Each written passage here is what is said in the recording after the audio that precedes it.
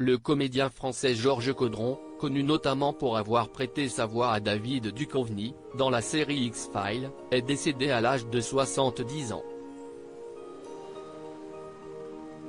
Les causes de sa mort n'ont pas été révélées.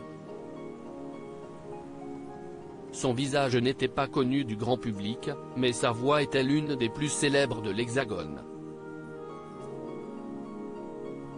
Georges Caudron, connu pour avoir notamment prêté sa voix à David Duchovny, héros de la série X-Files, aux frontières du réel, est décédé, ont rapporté ce 6 décembre, nos confrères de Allociné.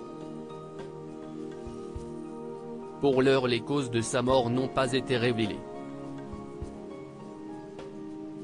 Georges Caudron était né le 20 novembre 1952 à Malakoff.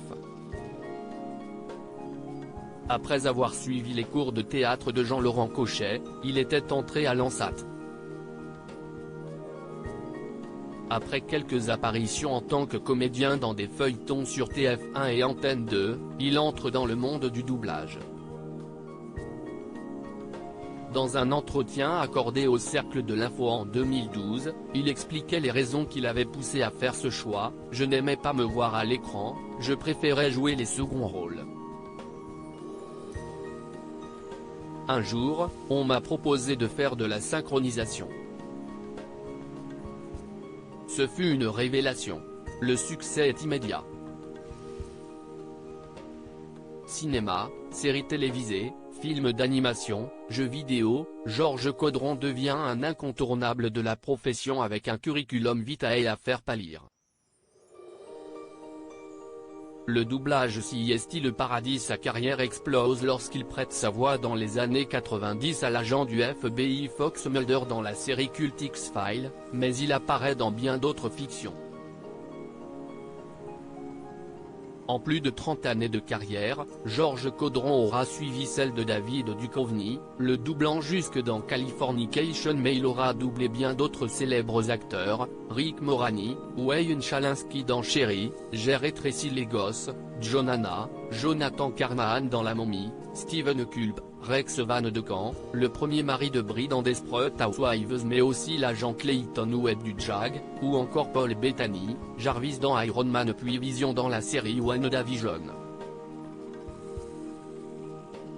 Sur le petit écran, il double des comédiens dans Les Feux de l'amour, Sex and the City, il était la voix du regretté Willie Garson, en passant par Monk, une nounou d'enfer ou New York Police Judiciaire, pour ne citer qu'elle.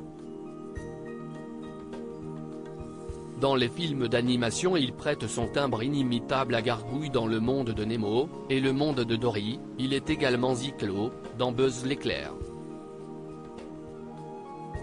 Les amateurs de jeux vidéo le connaissent sans doute aussi pour son travail sur Call of Duty, Assassin's Creed ou The Witcher.